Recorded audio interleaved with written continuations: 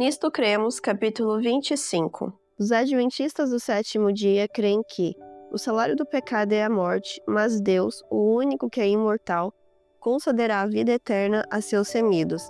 Até aquele dia, a morte é um estado inconsciente para todas as pessoas.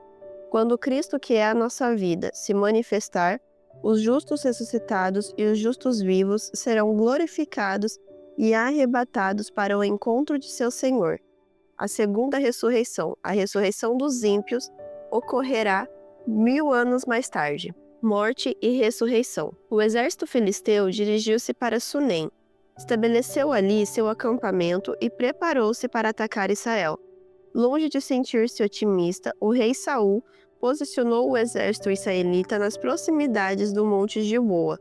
No passado, a segurança da presença de Deus habilitara Saul a conduzir Israel destemidamente contra seus inimigos, mas ele se apartara de servir ao Senhor.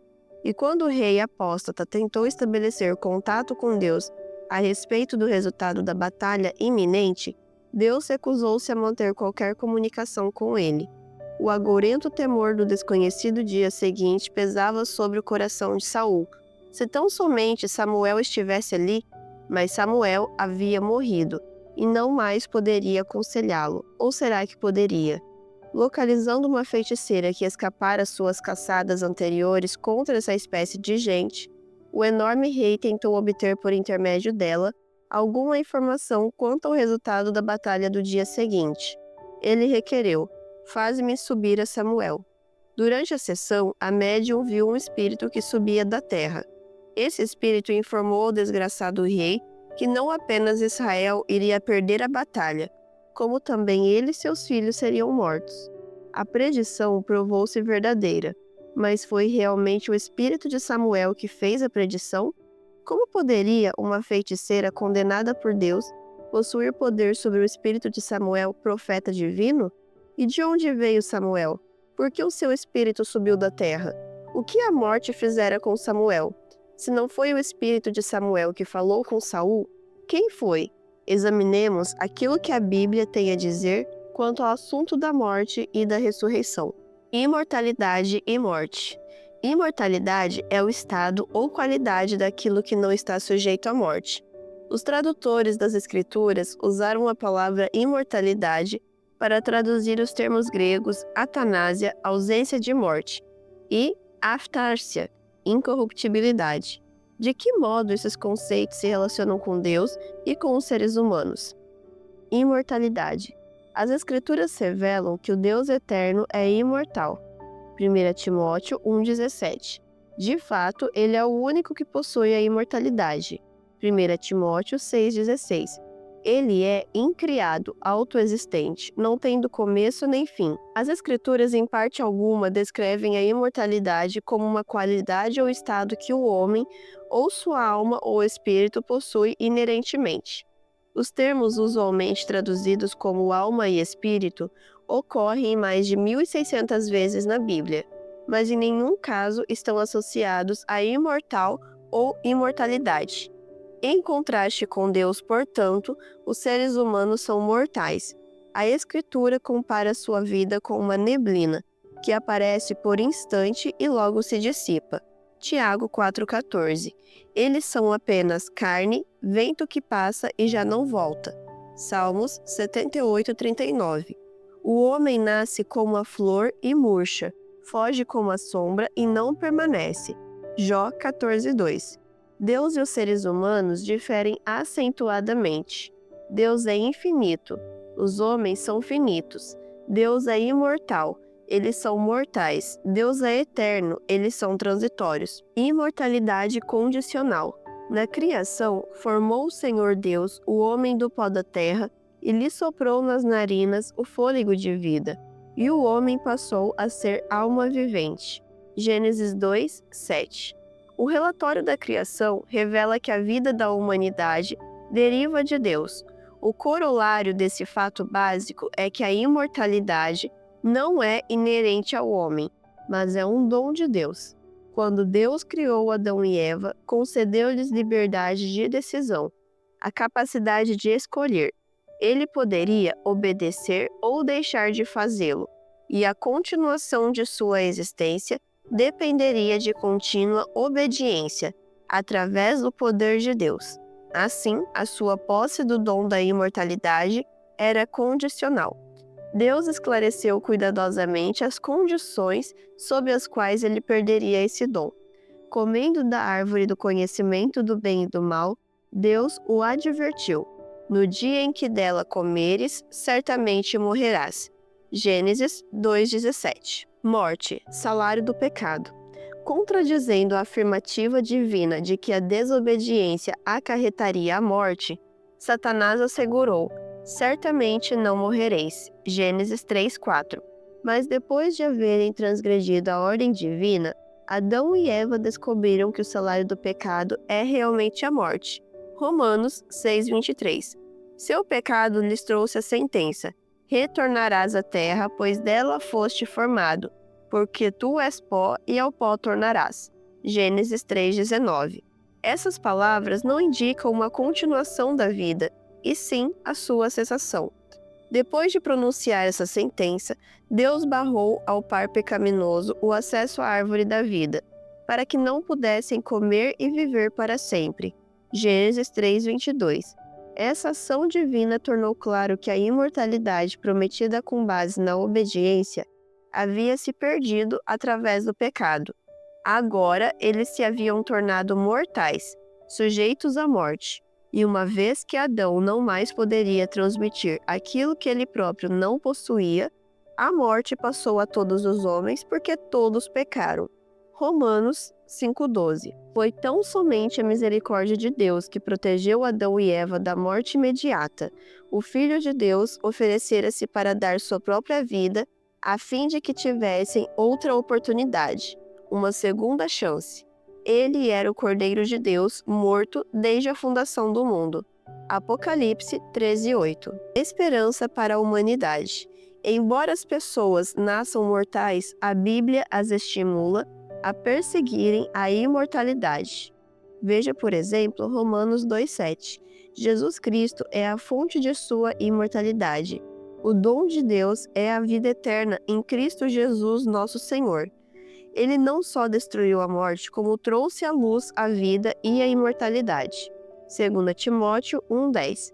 Porque assim como em Adão todos morrem, assim também todos serão vivificados em Cristo. 1 Coríntios 15:22. O próprio Cristo disse que sua voz abriria os sepulcros e ressuscitaria os mortos. João 5, versos 28 e 29. Se Cristo não houvesse vindo, a situação humana seria de total desesperança, e todos os que morressem teriam perecido para sempre. Face à realidade de Cristo, porém, ninguém precisa perecer.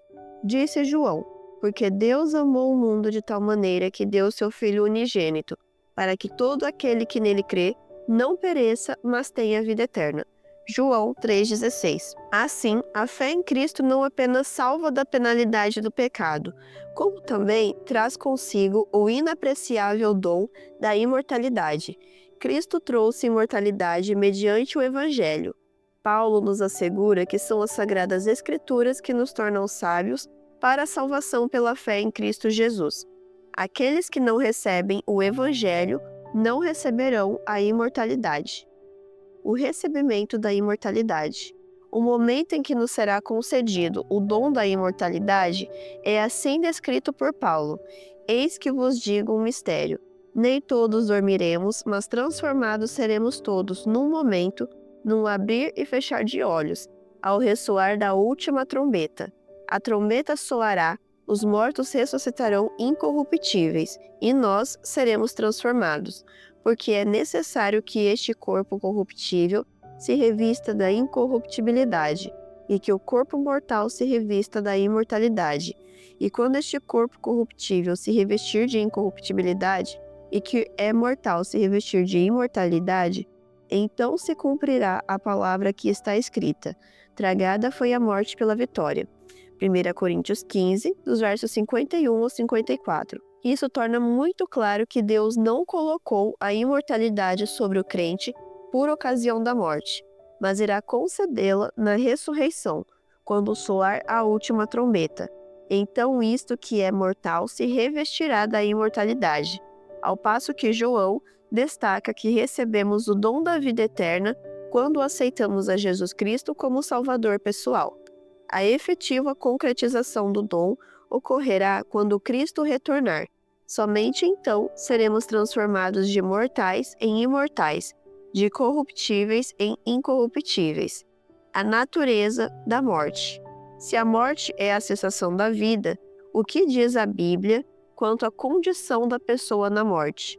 O que faz com que seja importante que o cristão compreenda esse ensinamento bíblico? A morte é um sono. Morte não é aniquilação completa, é apenas um estado temporário de inconsciência enquanto a pessoa aguarda a ressurreição. A Bíblia identifica repetidamente esse estado intermediário como um sono. Referindo-se à morte de algumas pessoas, o Antigo Testamento descreve Davi, Salomão e outros reis de Israel e Judá começando a dormir com seus pais. Jó também identificou a morte como um sono. Jeremias e Daniel, assim como Davi. O Novo Testamento utiliza as mesmas figuras. Ao descrever a condição da filha de Jairo que estava morta, Jesus disse que ela estava dormindo. Ele referiu-se a Lázaro já morto da mesma maneira em João 11, dos versos 11 a 14. Mateus escreveu que muitos corpos de santos que dormiam ressuscitaram após a ressurreição de Cristo. Mateus 27, 52. Ao registrar o martírio de Estevão, Lucas disse que ele adormeceu. Atos 7,60. Tanto Paulo quanto Pedro também se referiram à morte como um sono. 1 Coríntios 15, versos 51 e 52, e 1 Tessalonicenses 4, dos versos 13 a 17, e 2 Pedro 3, 4. A representação bíblica da morte como sono caracteriza muito bem a sua natureza, conforme o demonstram as seguintes comparações. 1. Aqueles que dormem estão inconscientes, os mortos não sabem coisa alguma. Eclesiastes 9:5. 2. No sono, os pensamentos conscientes cessam. Sai-lhes o espírito e eles tornam ao pó. Nesse mesmo dia perecem todos os seus desígnios. Salmos 146:4. 3. O sono põe fim a todas as atividades do dia. No além, para onde tu vais, não há obra, nem projetos, nem conhecimento, nem sabedoria alguma. Eclesiastes 9:10. 4. O sono nos dissocia daqueles que estão despertos e de suas atividades. Para sempre não têm eles parte em coisa alguma do que se faz debaixo do sol. Verso 6. 5. Sono normal, inativo às emoções. Amor, ódio e inveja para eles já pereceram. 6. Durante o sono, as pessoas não louvam a Deus. Os mortos não louvam ao Senhor. Salmos 115:17. 7. O sono pressupõe posterior despertar. Vem a hora em que todos os que se acham nos túmulos ouvirão a sua voz e sairão. João 5, versos 28 e 29. A pessoa retorna ao pó. Para compreender o que ocorre com a pessoa na morte, é necessário entender o que constitui a sua natureza. A Bíblia retrata a pessoa como uma unidade orgânica. Por vezes, ela utiliza a palavra alma para referir-se ao indivíduo como um todo, e outras vezes para identificar suas afeições e emoções. Mas ela não ensina que o homem é composto de duas partes separadas. Corpo e alma somente existem juntos. Eles formam uma unidade indivisível. Na criação da humanidade, a união do pó da terra, elementos terrestres, com o fôlego de vida, produziu uma criatura ou alma vivente. Adão não recebeu uma alma como entidade separada. Ele tornou-se alma vivente. Gênesis 2:7. Na morte ocorre o inverso. O pó da terra menos o fôlego de vida resulta numa pessoa morta ou alma morta, sem qualquer grau de consciência. Salmos 146, verso 4. Os elementos que haviam composto o corpo retornam à terra de onde haviam provindo. Gênesis 3:19. A alma não possui existência consciente à parte do corpo, e em parte alguma a Escritura indica que por ocasião da morte, a alma sobrevive como entidade consciente. Efetivamente, a alma que pecar essa morrerá. Ezequiel 18:20. O domicílio da morte.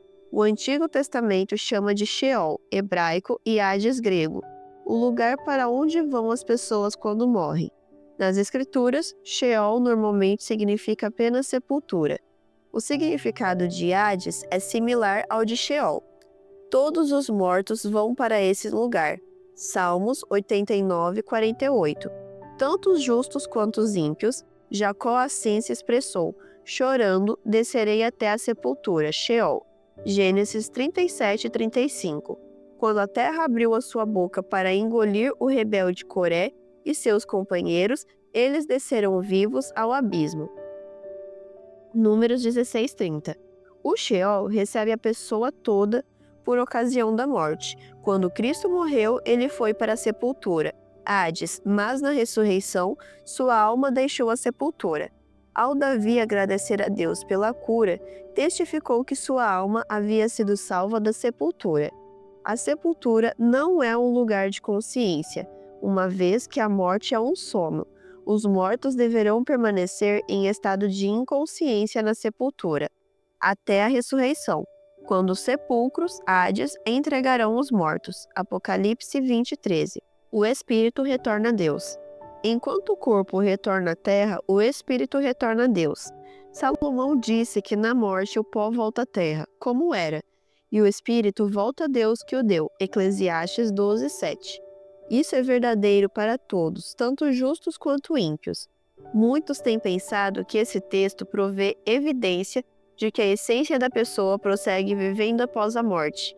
Mas na Bíblia, nem o termo hebraico, nem o termo grego para espírito, ruach e pneuma, respectivamente, se referem a uma entidade inteligente, capaz de existência consciente à parte do corpo. Ao contrário, esses termos se aplicam ao fôlego de vida, o princípio vital da existência que anima seres humanos e animais.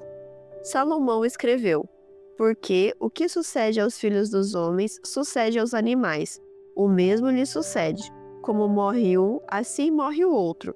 Todos têm o mesmo fôlego de vida, ruach, e nenhuma vantagem tem o homem sobre os animais. Todos vão para o mesmo lugar.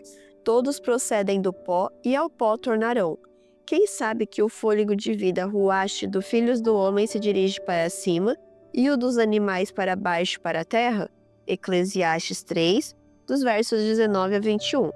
Assim, de acordo com Salomão, por ocasião da morte não há diferença entre o espírito de homens e de animais.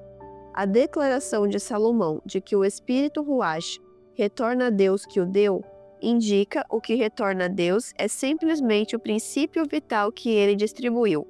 Não há indicação de que o espírito ou respiração seja uma entidade consciente separada do corpo. Este ruach pode ser considerado igual ao fôlego de vida, que Deus assoprou no primeiro ser humano a fim de animar-lhe o corpo, até então sem vida. Gênesis 2:7. Harmonia ao longo das Escrituras. Muitos cristãos honestos que não estudaram todo o ensinamento bíblico no tocante à morte têm ignorado o fato de que a morte é um estado de sono até a ressurreição. Eles têm acreditado que várias passagens bíblicas apoiam a ideia de que o espírito ou alma possui existência consciente após a morte. Um estudo mais cuidadoso revela, não obstante, que o ensinamento sistemático da Bíblia é que a morte ocasiona a cessação da consciência. Espiritismo. Se na morte o estado é de completa insensibilidade, com quem ou com que se comunicam os médiuns espíritas? Qualquer pessoa honesta admitirá que pelo menos parte desses fenômenos são fraudulentos. Outros, porém, não podem ser explicados como tais. Existe, obviamente, algum poder sobrenatural conectado com o espiritualismo. O que ensina a Bíblia a respeito do assunto? 1. As bases do Espiritismo. O Espiritismo originou-se com a primeira mentira de Satanás a Eva. Certamente não morrereis. Gênesis 3:4. Suas palavras foram o primeiro sermão sobre a imortalidade da alma. Atualmente, por todo o mundo, religiões de todos os tipos repetem involuntariamente o mesmo erro.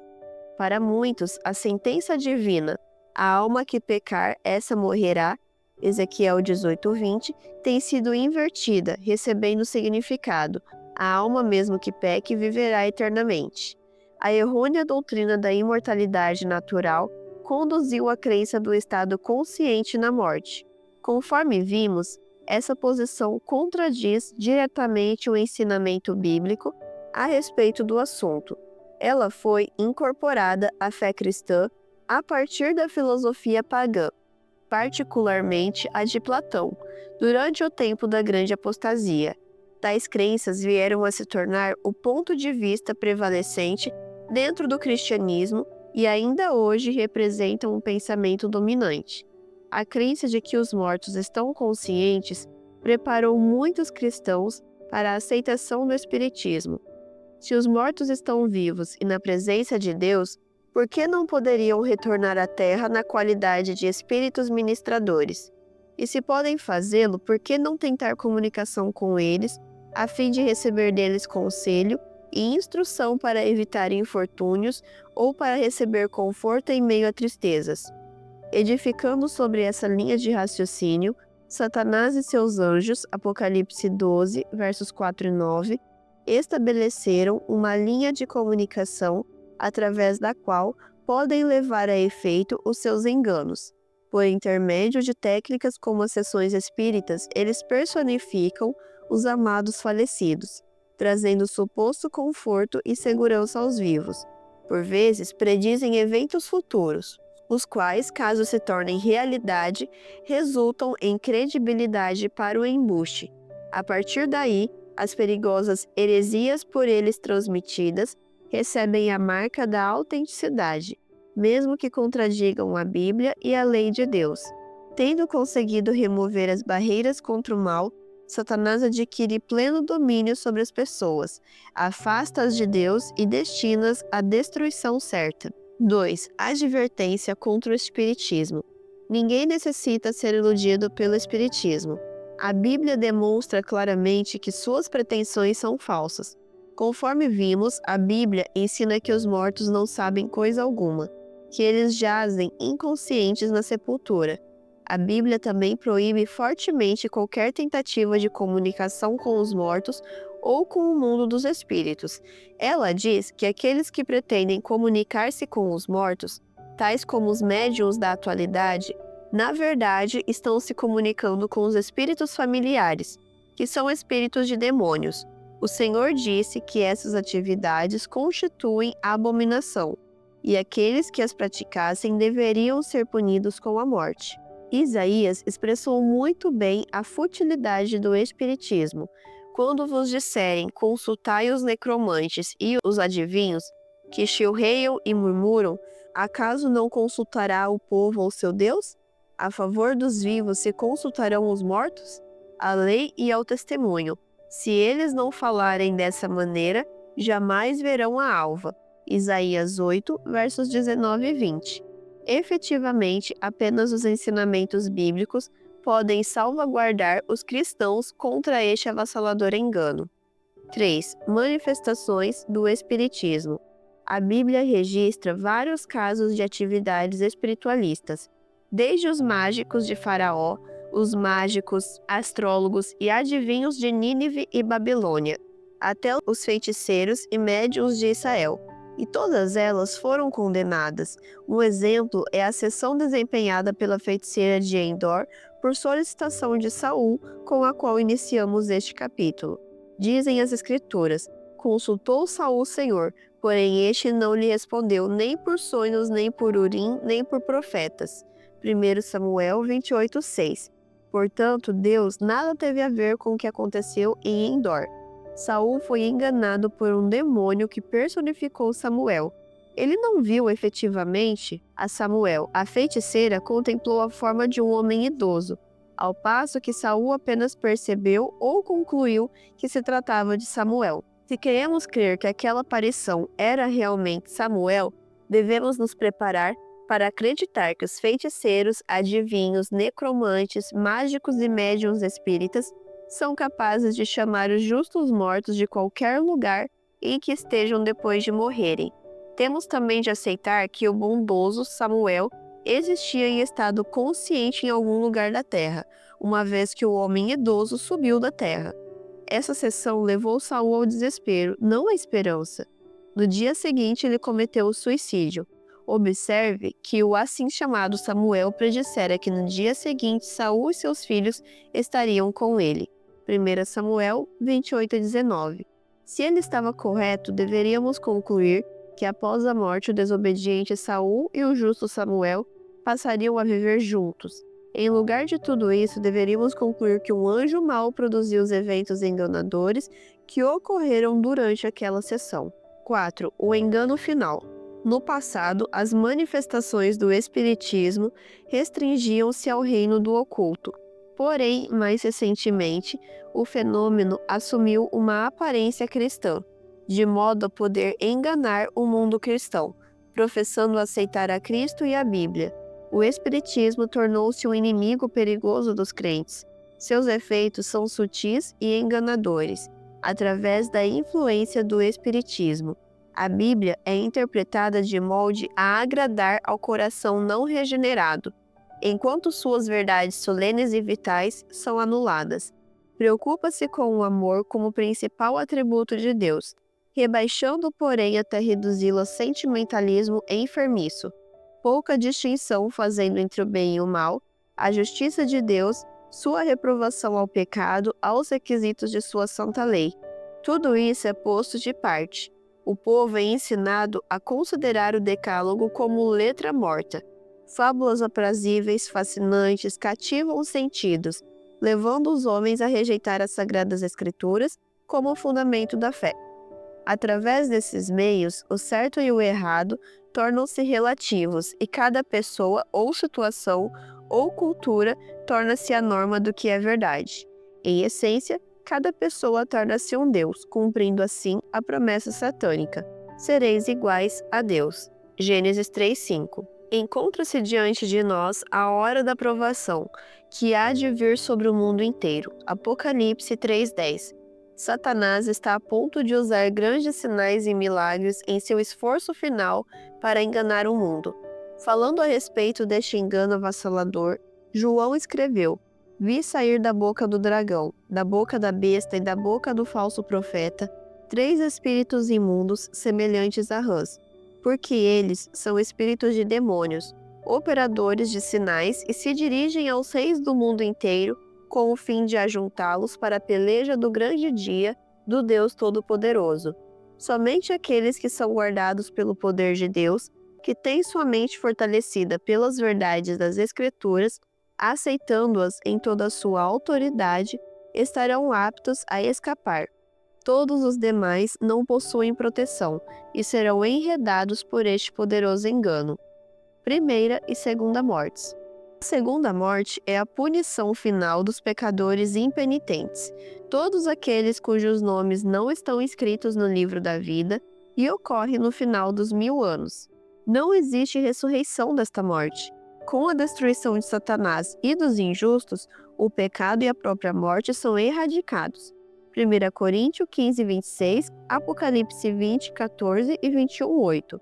Cristo nos assegura que todo aquele que vencer de nenhum modo sofrerá o dano da segunda morte. Apocalipse 2:11. Baseados naquilo que a Escritura designou como segunda morte, podemos assumir que a primeira morte é aquilo que todas as pessoas, exceto os que forem transladados, experimentam como resultado da transgressão de Adão. Ela é o final normal da humanidade sob os efeitos degenerativos do pecado. Ressurreição. Ressurreição é a restauração da vida, juntamente com a plenitude do ser e da personalidade, subsequentemente a morte. Uma vez que a humanidade está sujeita à morte, deve haver uma ressurreição para que possa existir novamente a experiência da vida após a sepultura. Através do Antigo e do Novo Testamentos, os mensageiros de Deus expressaram sua esperança quanto a uma ressurreição. A esperança da ressurreição, para a qual temos sólida evidência, estimula-nos com o pensamento de que poderemos desfrutar um futuro melhor, para além do presente mundo, pois aqui a morte é o destino de todos. A ressurreição de Cristo. A ressurreição dos justos mortos para a imortalidade acha-se intimamente associada à ressurreição de Cristo, pois é o ressurreto Jesus que no devido tempo operará a ressurreição dos mortos. João 5, 28 e 29. 1. Sua importância. O que teria acontecido se Cristo não houvesse ressuscitado? Paulo resume as consequências a: não haveria sentido em se pregar o Evangelho. Se Cristo não ressuscitou, é vã a nossa pregação e vã a nossa fé. 1 Coríntios 15, 14. B. Não haveria perdão de pecados, e se Cristo não ressuscitou, ainda permaneceis nos vossos pecados. Verso 17. C. Não haveria propósito em se crer em Cristo, e se Cristo não ressuscitou, é vã a vossa fé. Verso 17. D. Não haveria ressurreição geral dos mortos. Ora, se é corrente pregar-se que Cristo ressuscitou dentre os mortos, como, pois, afirmam alguns dentre vós que não há ressurreição de mortos? Verso 12. E não haveria qualquer esperança para além do túmulo, e se Cristo não ressuscitou, os que dormiram em Cristo pereceram. Versos 17 e 18. 2. Ressurreição corporal. O Cristo que saiu da tumba era o mesmo Jesus que vivera aqui em carne. Agora ele possuía um corpo glorificado, mas este ainda era um corpo real. Era tão real que os outros nem mesmo perceberam qualquer diferença. Lucas 24, dos versos 13 a 27, João 20, dos versos 14 a 18. O próprio Jesus negou que fosse uma espécie de espírito ou fantasma. Falando a seus discípulos, disse: Vede as minhas mãos e os meus pés, que sou eu mesmo. Apalpai-me e verificai, porque o espírito não tem carne nem ossos, como vedes que eu tenho. Lucas 24, 39.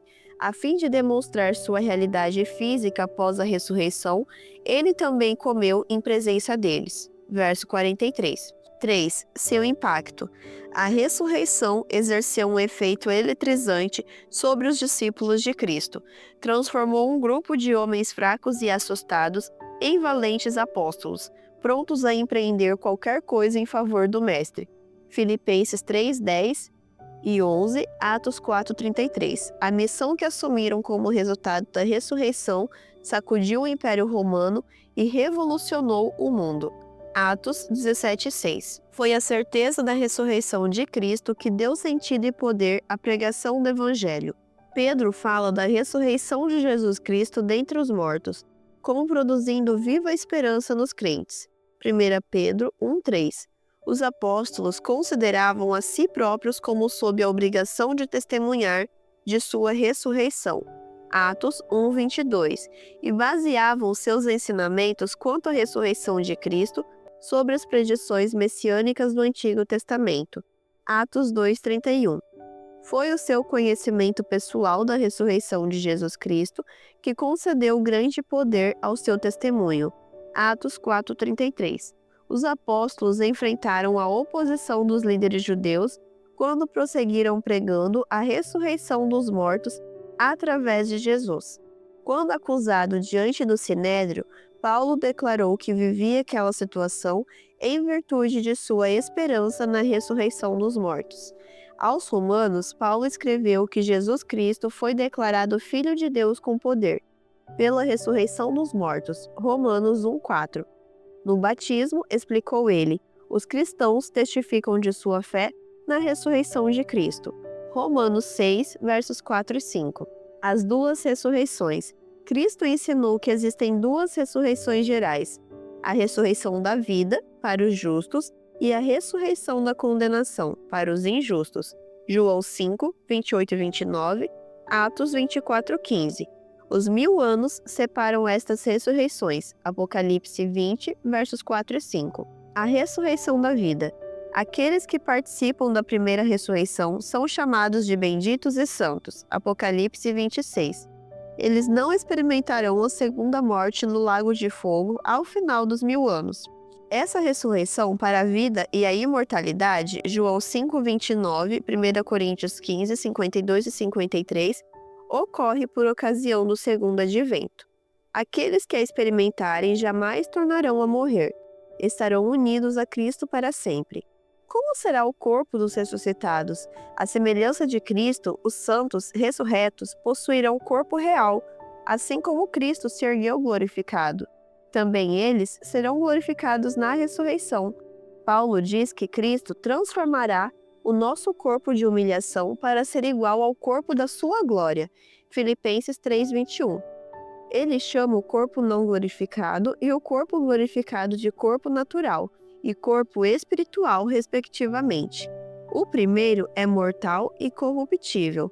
O segundo é imortal e imperecível. A mudança de mortalidade para a imortalidade ocorre instantaneamente na ressurreição. 2. A ressurreição da condenação. Os injustos ressuscitam na segunda ressurreição geral, que ocorre no final dos 1000 anos. Essa ressurreição ocorre para que se execute o juízo final e a condenação. João 5:29. Aqueles cujos nomes não foram encontrados no livro da vida serão ressuscitados nessa oportunidade e lançados no lago de fogo, experimentando a segunda morte. Apocalipse 20, versos 14 e 15. Eles poderiam ter evitado esse final trágico. Em linguagem inconfundível, Deus apresentará um meio de escape. Convertei-vos e desviai-vos de todas as vossas transgressões, e a iniquidade não vos servirá de tropeço. Lançai de sobre vós todas as vossas transgressões com que transgredistes, e criai em vós coração novo e espírito novo. Pois, por que morreríeis? Porque não tenho prazer na morte de ninguém, diz o Senhor Deus. Portanto, convertei-vos e vivei. Ezequiel 18, dos versos 30 e 32. Cristo promete que o vencedor de nenhum modo sofrerá dano da segunda morte. Apocalipse 2:11. Aqueles que aceitam a Cristo e a salvação que ele traz experimentarão um gozo indescritível por ocasião de seu extraordinário retorno. Desfrutando felicidade inacessível, passarão toda a eternidade em companheirismo com seu Senhor e Salvador.